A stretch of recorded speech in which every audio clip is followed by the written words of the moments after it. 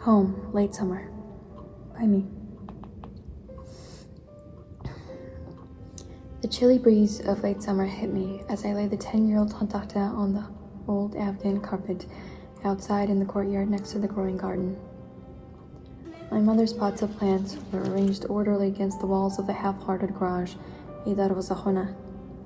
I heard the clatter of dishes from far off by the kitchen as the whiff of shulla hit me. Most of my memories are hazy and somewhat shapeless. I hardly remember the significant parts, such as how old I was or what I was feeling, yet meaningless details, like the fact that I was wearing the pink poplin set my mother had sewn for me, those stay. Different times mix and blur together. I can't tell if the shulla we ate was really a part of this experience or was it from a different day when we'd washed the carpets with diamond soap. Anyhow, my brain tries to stitch pieces of memories together into jumbled chunks as if it knows their importance, despite struggling to contain them wholly. I watched the lizard slither up the outer wall of the room with the air conditioner. "Is the table set yet?" yelled my mother from the open door of the kitchen around 10 meters away. I turned to see her silhouette blocking the singular yellow light of the room as she held a ladle in her right hand and a plate on the other. Times like this are more like engravings of daily occurrences that are automated into my brain rather than specific memories. Mother cooking was no different in the sense that the memory wasn't crystal clear because I'd always seen her cooking, so I don't question that was real or just a made-up experience.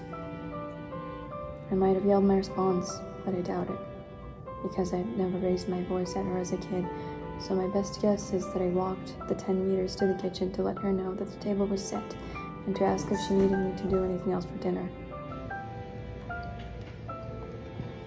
Sometimes I wonder if I would have turned out differently if we stayed in Uzbekistan. A better daughter, a kinder sister at the top of my class, and unaffected by American culture. I find myself wishing that was what had happened, that this country hadn't changed me. No matter how grateful I am to be living in the land of the free, an opportunity so many people would die for, according to my parents, I still can't seem to call it home.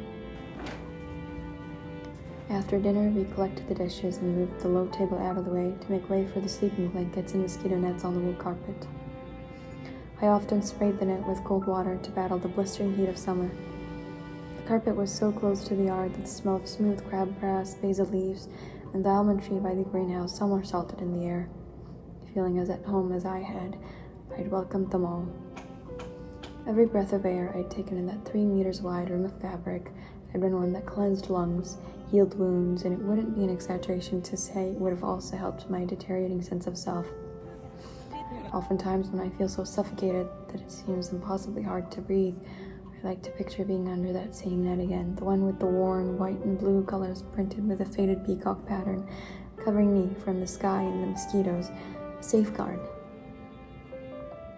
Maybe that's where I felt the most free, as ironic as it is, maybe next to all those flowers in the soil under the vast expanse of stars, yet shielded from the bugs, and laying on cold blankets on a wool carpet, on concrete, was my definition of home.